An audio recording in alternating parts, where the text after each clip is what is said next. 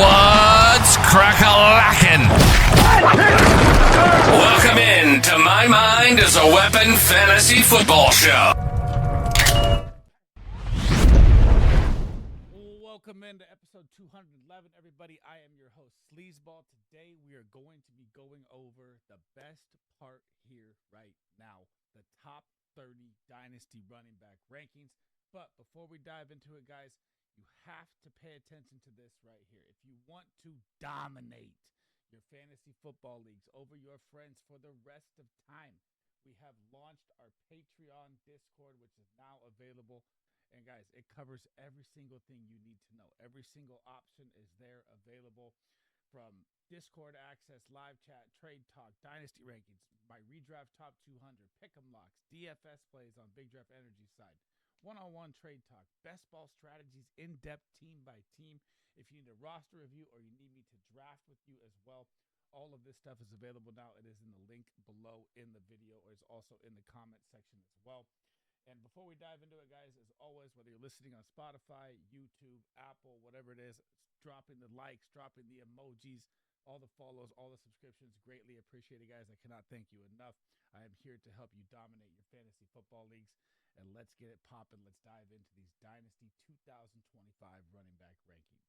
So if you guys are new to the channel, this is my board for the running backs board here. Tiers, you'll see the baller tier at the top, tier 1, tier 2, tier 3, tier 4, tier 5. We are going to tier out the running backs all the way to running back 30. I do have my Dynasty rankings up in the Discord to running back 60, and I'm updating them daily. I want to have it to top 100 running backs by the time the season starts here, but I'm cranking out so much, I'll get to those. But so we're going to start off with number 1 here, and you could go either way. I mean, I'll put them both up. You can go either way with these guys. I have Bijan as my RB1 this year. I mean, if you want to look at the point split, he was 14 points off of Jahmyr Gibbs last year. Not 14 points, 22 points off Jahmyr Gibbs last year. But what you miss is what happened when Michael Penix came in when Bijan was out there, right? So let's just take the 3 games that Michael Penix played with Bijan Robinson. He dropped 24.3, 24.8, and 31.3. Boom, right there. You can see the difference when Kirk Cousins was out there compared to when Michael Penix was out there. Obviously, I love both of these running backs. Jahmyr Gibbs still going to be a stud, but it is going to be a different look with Ben Johnson gone. The offense is going to look different. We don't know how it's going to play out yet. That is the only reason I have Bijan Robinson over Jahmyr Gibbs. You could go either one. Obviously, Jahmyr Gibbs was running back 1 last year. He dropped 46 points at the end of the season to put him over the top. And Saquon Barkley didn't play the last week, so it really helped him to the top there at the end. Now, number 3, now we can debate this, we can argue this. I'd love to hear your guys' thoughts in the comments as well here too. I am enamored with Ashton Jeanty landing on the Oakland Raiders. So not only do they have Pete Carroll, who ran a 55% pass offense, 14 years at Seattle, which is bottom 10. So they're not he's not a pass-heavy run coach. And they have Chip Kelly. They are going to ground and pound. That is why they drafted this guy with the 6th overall pick. This man was the second leading rusher in NCAA history behind Barry Sanders. I know it's at Boise State. You can say competition, whatever it is. This guy would run over 5 guys almost every single run. It was absolutely bonkers. I know the competition is at SEC level, but still, Jeanty is going to explode this year. Running back number 4 is going to be my guy, Devon the Hurricane. Now, last year, everyone tried to tell me his draft stock wouldn't be worth it. He was running back 5, and he's one of the biggest winners of the NFL draft. Obviously, they didn't address the offensive line like they should have. They kind of panicked with their pick because they didn't get the man they wanted to fall to them in the draft. But why is he the big winner here? Because the receiving work is still going to be through the roof in this offense. Ollie Gordon does not fit that scheme. He is not going to step over Jalen Wright. Maybe he takes Jalen Wright's role as a power runner, but I don't see anyone touching Achane in this offense, and you don't know what's going to happen with Tyreek Hill either. This guy's kind of in the loop-de-loop. So if Tyreek Hill is gone, you can give this guy probably break the running back reception record, like legitimately. He is going to absolutely destroy fantasy football this year, and I don't want to hear any more complaints about, oh my God, he doesn't get goal line carries, he's injury prone. He proved last year all that wrong like I knew he would. Number 5, we're going to get hectic here because I just love this man's game. I love the landing spot, everything about it. Travion Henderson. Now, when you're looking at the New England Patriots, I know they paid Ramondre Stevenson. Maybe you're looking at an early split there as well. 22 years old. going to come in. He's one of the best blocking running backs you've seen, probably, to quote my guy Disco, since Ezekiel Elliott. They look like identical twins out of Ohio State. He's gonna take this and run with it. His explosive rate is through the roof. And man, if I put Travion Henderson in Ashton Genty's spot at the Raiders and I had Genty at the Patriots, I'd probably put Travion Henderson over him just because of the system and the situation. Like, that's how good this guy is. It's very, very close in skill for me with these guys, and people are sleeping on how good this man is going to be. Number 6, there's still unicorns that exist. Saquon Barkley. That's the end of the bar tier, heading down to tier 1 here. Now, I know he's 28. I know you have the tush push, which could be banned, couldn't be banned here coming up to the NFL meeting. You have Jalen Hurts, who always gets 10-plus rushing touchdowns, which Saquon Barkley would break fantasy football if that didn't happen. I mean, he could run it in from the 1-yard line, the same as the tush push, especially behind that massive offensive line. They bring back Goddard. They have A.J. Brown. They have Devonta Smith. They're running it back. The offense is going to be absolutely a nightmare to stop still. And even in Dynasty, I would say it's a contending-only buy if you're buying him for sure. But, man, this guy's still going to be good for 1 or 2 years, maybe even 3 years, kind of like Derrick Henry going into year 31. He's still going to be a relevant, contender-only buy running back. But it's Saquon Barkley. I've loved this guy for too much. He's still going to stand here at the top in Dynasty.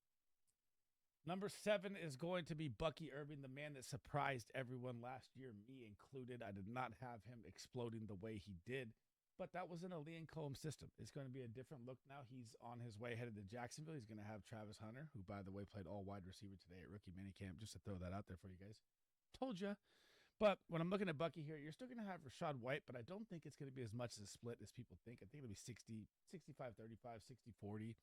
It's still going to be the Bucky show. I mean, he finishes RB 13, and I have him finishing higher than that this year in redraft as well. Now, this one right here, if you guys follow me or been subscribed to the channel or anything on Twitter, anything like that, this is my most sketch rank, but I'm still going to keep him in the top 10. So Breeland Hall, 23 years old, on a contract year, which is what you want in fantasy football for running backs. That's when they play their best because they want to get paid. That's a given. But, and I know they got Membo in the draft, which is a solid piece to help on the right side as well, right tackle out there. But it's you have a committee approach coming in. The coach coming from the Detroit Lions and Glenn. And what do they do with Detroit? They run two-headed monster. So if they get to the goal line, are you going to see Brees? Are you going to see big boy Breeland? How is it going to go? I know Justin Fields, targets the running back at one of the highest rates for the quarterback in the past 3 years. So the dump-offs could be there for Brees Hall in bunches for sure. But it's just the Jets. I'm just afraid of this whole situation. And I've sold every share I have in Dynasty if you want to know my side of it. But if you own him and you're a Brees truther and you think he's going to bounce back, sure. But one thing to know here is when you own a running back in Dynasty, their shelf life is 20 to 30% less than a wide receiver. And my cutoff rate, my own, is age 25 to 26 or 26 to 27 if you're contending. So very, very sketch situation with Brees. I'm still going to keep him at 9. I just don't love it, man. It's just very, very tough for me there. Coming in behind him at number 10 is going to be Kyren Williams. I am tired of hearing about the Blake Corum from last year. Everybody went quiet real quick there. I'm tired of hearing already about Jarquez Hunter and how he's going to come in and take his job. It's not going to happen, guys. Kyren Williams is still 24 years old, playing for a contract as well. He's Sean McVay's boy. They bring in Devontae Adams. The offensive line was beat up all last year. So when you look at Kyren's numbers of how he couldn't get out and his explosive rate was all this man was getting hit in the backfield nonstop and was still an RB7. He's been RB7 back-to-back years. That's top 10 running back at age 23 and 22 and 23. What are we missing here, guys? Stop with the nonsense. Kyren Williams is going to have a monster year this year. Coming in at number 11, it is time to look at the rookies here and Amari and Hampton. So when you're looking Dynasty here, right, you're like, man, Najee Harris is there too, right? Najee Harris is on a minimal $4 million with a lot of contract bonuses, veteran kind of backup running back pay. They draft this guy in the first round. He should not have fallen to them for sure. I did not think he would be there. Now, year one, I do think he's going to explode more down the stretch here. You'll see his usage go up and up and up. But guys, next year, Amari and Hampton might be looking at, if Najee gone, whatever they do with the running back room, this is going to be his show, and it is going to be electric, just like the Bolts. Pun intended. I love Amari and Hampton. Number 12. So Quinshon Judkins. And this one it irks me, man, because he's 21 years old. His profile, everything looked great because, the BCS game and how he balled out down the stretch there really, really saved his draft stock. His RAS score and all that was electric at the combine. His numbers were through the roof, athletic ability-wise. But he did have a lot worse numbers in game rushing for Ohio State if you ever dive into it. It wasn't that great. Explosive run rating, breakaway run, all that wasn't amazing for him. The landing spot is great, for opportunity-wise. Franchise-wise, no one really likes the Browns. You don't really like to own Brown players. And they get Dylan Sampson as well, who had 22 touchdowns in the SEC also. And he's 20 years old. So, and Judkins is not a receiving back, and how many times are the Cleveland Browns going to be ahead where they can pound the run this year with their quarterback situation? And so I do love that he's 21. I love that he's the starting running back. All that is there. It's just a lot of variables for me. That's why I have him lower. That's the end of Tier 1. Heading out of Tier 2 here is going to be Chase Brown. And talk about your number one running back winner, maybe besides A-Chain. It's got to be Chase Brown. The Bengals had, 7 running backs or whatever, 6 running backs from the top 30 visits, and they didn't end up taking a running back till round 6 in Taj Brooks, maybe could he take the job from Zach Moss to be the backup running back for sure. But Chase Brown, 25 years old, this offense is going to have to score at will. Their defense is still terrible no matter how they addressed it in the draft with all the picks they have. They needed so much help it wouldn't have mattered. So Chase Brown, absolute massive winner, but if I own him in Dynasty, and here's a little tip right here, mid episode here. If you have Chase Brown and you are not contending for the championship by week 9 or week 10, and you can tell that, you better sell him quick because I do not see him as the true 3-down back moving forward, especially with how much they looked at the running back this offseason. Number 13, the big Kenneth the K9 Walker, one of my favorite running backs to watch, and everyone's super amped up. He just posted a picture carrying a dumbbell, and he's all jacked, and everyone's like, K9 contract year, breakout year coming.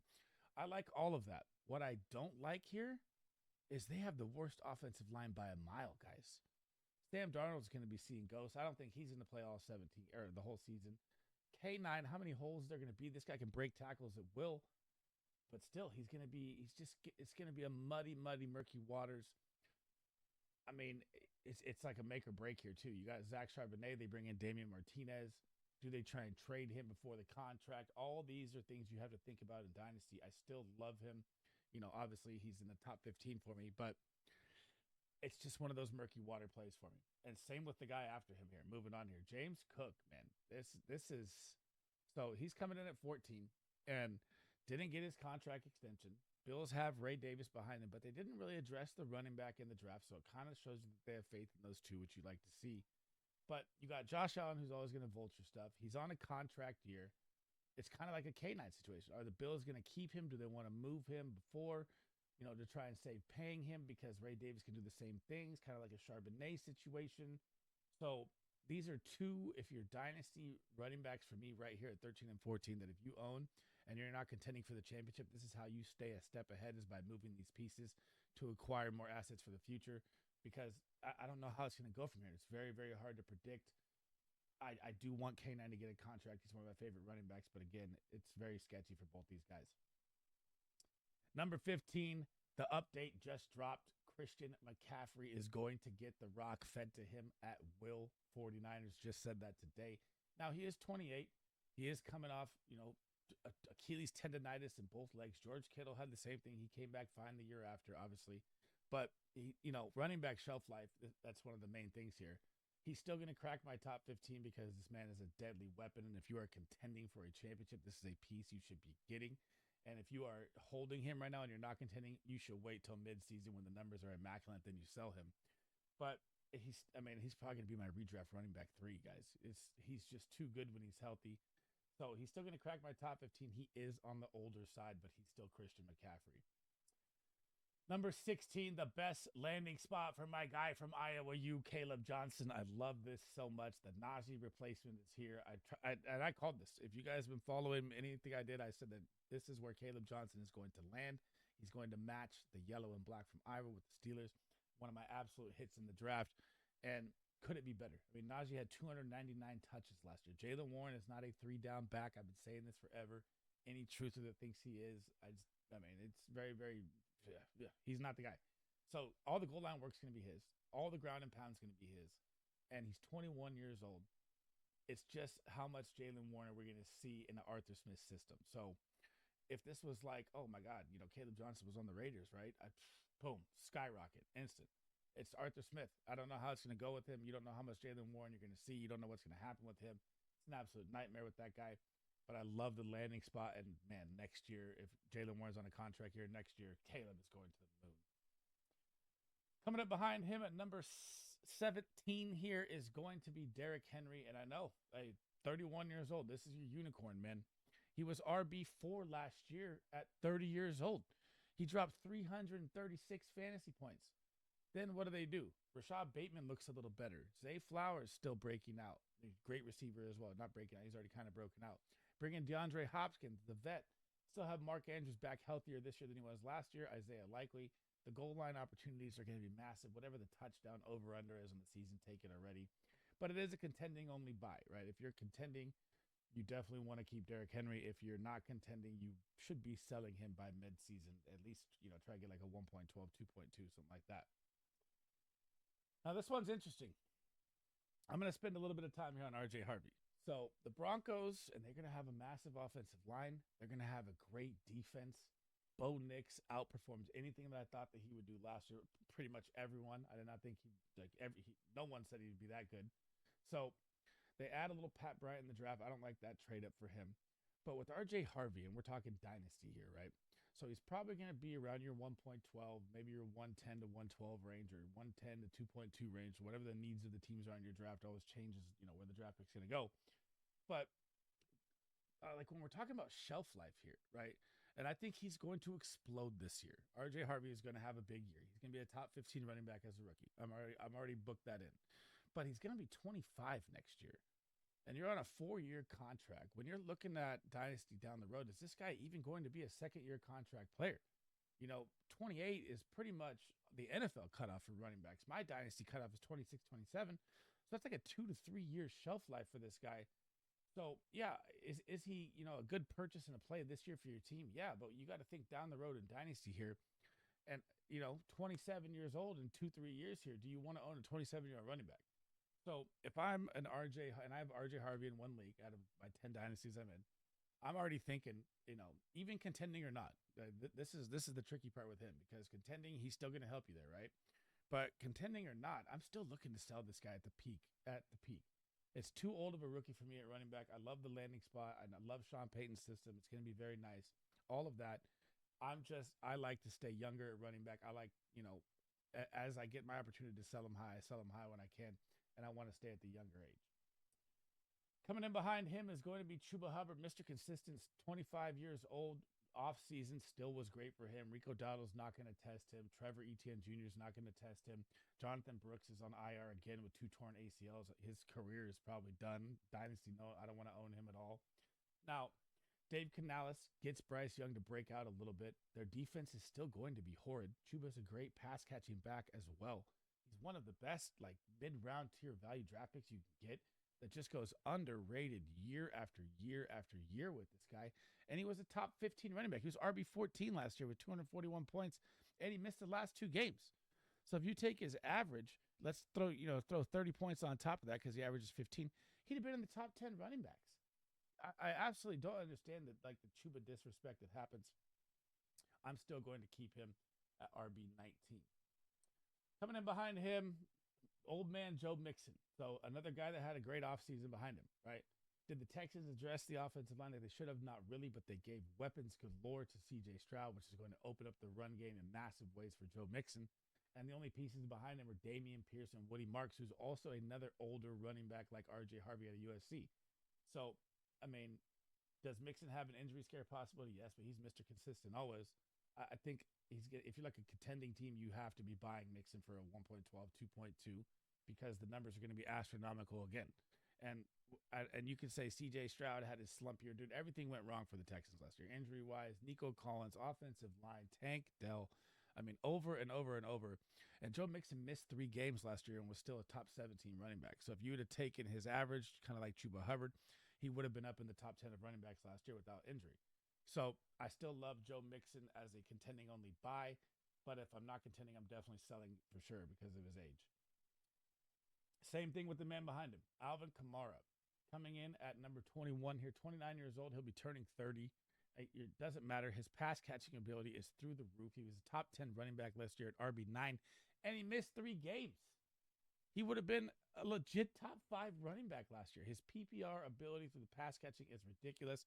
The Saints are going to be playing behind probably 80% of their games this year. We don't know if Derek Carr is the quarterback. We don't know if it's Tyler Shuck or Show or however you say his name, or Spencer Rattler. Whatever it's going to be, they're going to be garbage time. They're going to be dump-offs. They're going to be points galore for Kamara. And all they bring in, we know what Kendre Miller is. The guy just steps off the bus and hurts his ankle every time he's out for the season. And who's behind him? I like Devin Neal out of Kansas. I did. I don't think he's going to touch Alvin Kamara. That's why they gave this guy an extension. So if you're contending, definitely a buy here for me. If you're not, you're definitely selling. Coming in behind him, David Montgomery, 27 years old. Again, Ben Johnson gone from the system. Is he going to get the same amount of goal line work? If I was the Detroit Lions, I know injuries kind of roughed them up last year, but I'd be trying to move David Montgomery and just let Jahmyr Gibbs break fantasy football. Like, if David Montgomery is not there, this Jahmyr Gibbs numbers would probably RB1 of all time in one season, like legitimately. So, look at it. You had David Montgomery and Gibbs before Montgomery's injury. They were both top 10 running backs. Imagine compiling that into Jahmyr Gibbs. He'd be my number 1 instantly.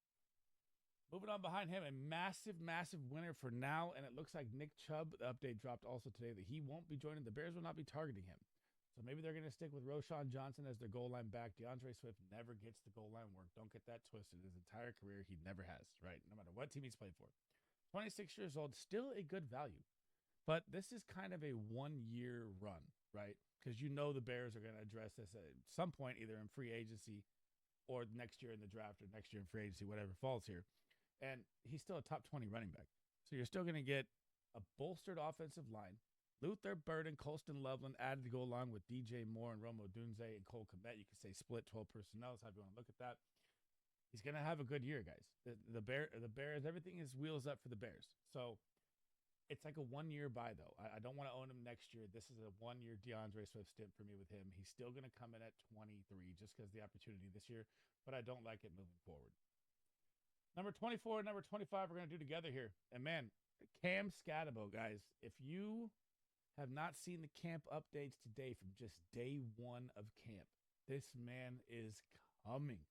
He is already put out. Everyone always overlooks me.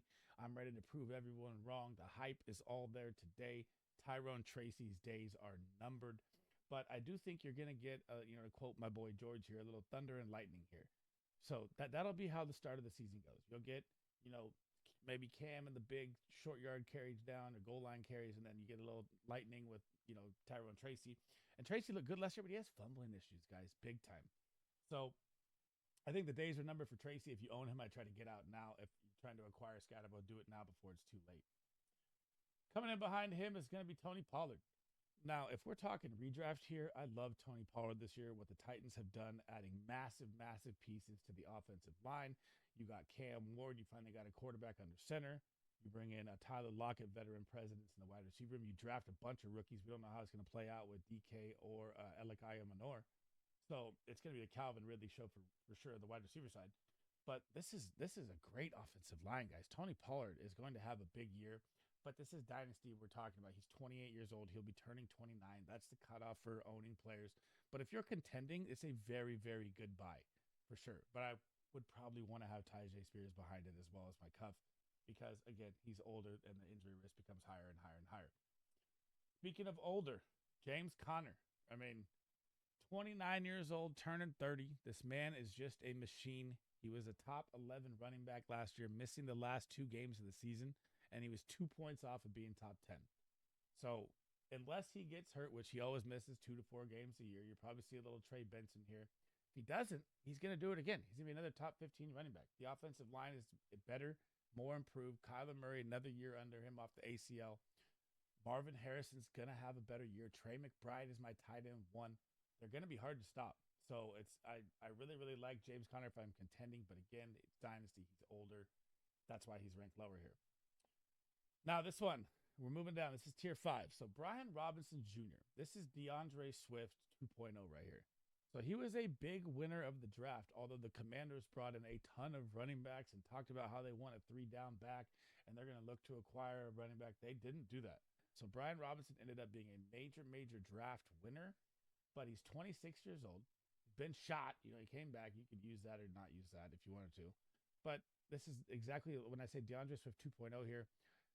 As soon as Brian Robinson hits his peak this season, if he has a couple blow-up games, dish him then, right?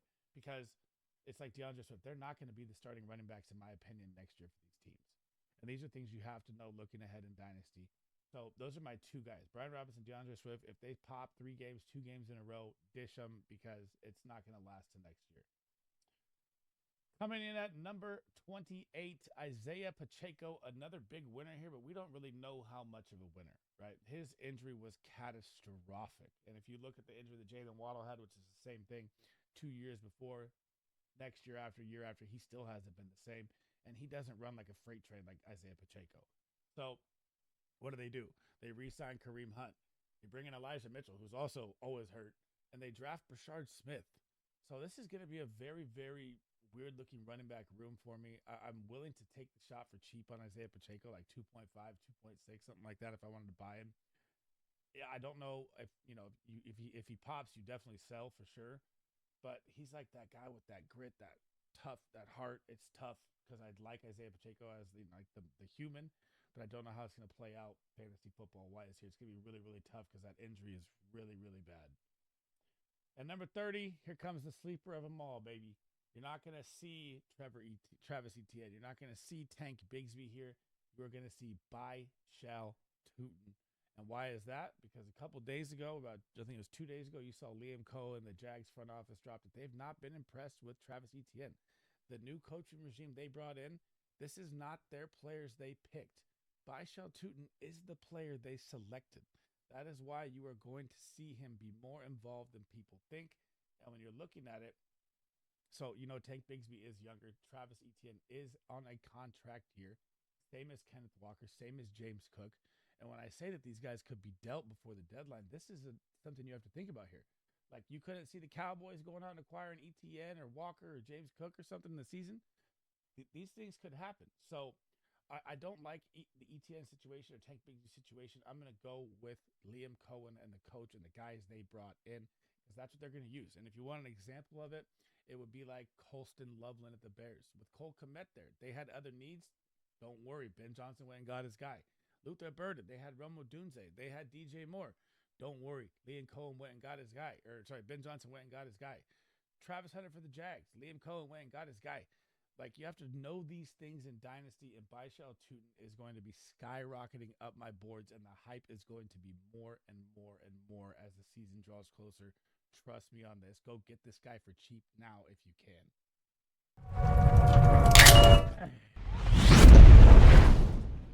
Thanks for rocking with me today, guys. That is the end of the episode. That is my top 30 Dynasty running backs. I'm going to try and get my top 30 wide receivers out tomorrow.